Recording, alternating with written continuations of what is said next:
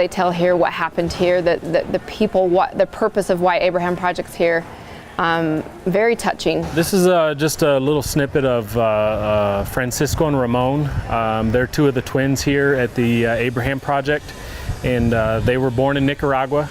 Their uncle Victor actually works here with us, and when the twins were born, they were born of a mother who was physically abused when she was a baby and suffered physical and mental handicaps from the physical abuse, and is not able to talk or really move around by herself very easy. And an uncle actually raped her, and that's where the twins were born from that pregnancy. And so Victor, their uncle, he tried the best he could to take care of them. The only problem is he was involved in drugs and gangs and stuff at the time, and so he didn't really feel that he could take care of them. So he literally gave the twins to another family as like a gift or something. It wasn't an adoption or anything like that. It was like a gift. Well, that family turns out wasn't able to take care of the twins, and they were put into an orphanage. They started to grow up in the orphanage, and there was a gentleman that came down from the United States and was looking to adopt 10 children from this orphanage in Nicaragua. And so everyone was very excited. You know, they're like, wow, this is such a blessing.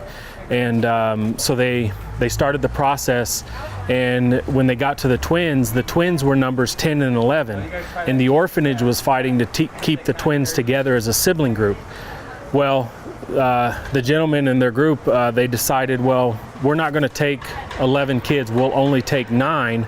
So they left Ramon and Fransisco at the orphanage. And what happened later on is they actually found out and arrested this gentleman because what he was doing with the children he was adopting was killing the children and harvesting their organs and selling them on the black market. And the twins survived that by being placed in that orphanage. They were left there. And here about 11 months or so ago, the twins' grandmother and their uncle was able to find them in an orphanage in Nicaragua, and were able to petition the government. They have custody, and the twins are now living here in Costa Rica with their grandmother, and they had met their mother for the first time. And they're 14 years old, gonna be 15. They work for a little bit of food, a little bit of money, and then just schooling. And that's what they do. 15-year-olds, and they work alongside everybody else. And so, but the good thing about it is it gives them opportunity and experience for the future. They are two boys that, you know, have had terrible circumstances, but we had the chance to go up and see where they live, and it was kind of a race against time. Where they live, you don't want to be there after dark, and so we did hike up there and saw where they were living. So the further we go along here, the more sketchy it becomes, especially at nighttime. But people in these neighborhoods will build as they have money.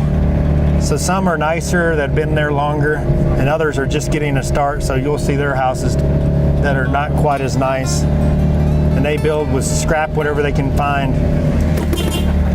Thickos! As we were driving up there, I got a sense of desperation, really.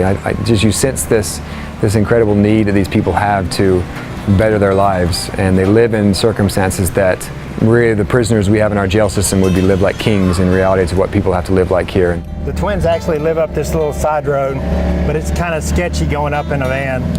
So we're going to park at a church that we know. The water in this area, what they do is the city doesn't come all the way up here. They don't have water that gets up here. They have cisterns, so the city will come in and dump in the cistern, and then certain people in the neighborhood have water pumps, and then they run lines. You can see the lines running up to different sections, and sometimes they have water only at certain times of the day. If the cistern's low, then they don't get water. So this is all suspect. Some of them have tanks, like this house over here has a barrel. Scream every 20 steps. That scares the snakes and the spiders. Okay, what? Stop. I'm gonna push you in that cliff right there. You ready? Hey, look. And as we were climbing up this mountain, we got to the very edge of a street, and on one side you had this beautiful coffee farm, and then on the other side you had this desperate poverty with, you know, severed dogs' heads and garbage everywhere and filth just lining every corner that you can possibly look at. It's amazing you can be like on the edge of something so beautiful and in something so not so beautiful. I think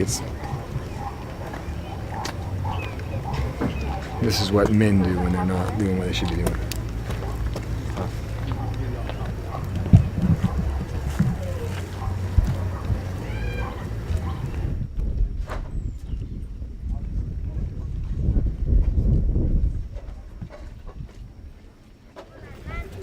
Where the dog's head?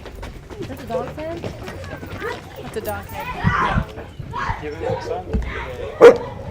It was a little scary, but more just very humbling. I've never been in a place like that before. And obviously my heart is with babies, and I've got my own 3-year-old at home who has a beautiful room and a beautiful bed, and her life will never be touched like these little ones that are walking around with dogs eating other dogs' heads.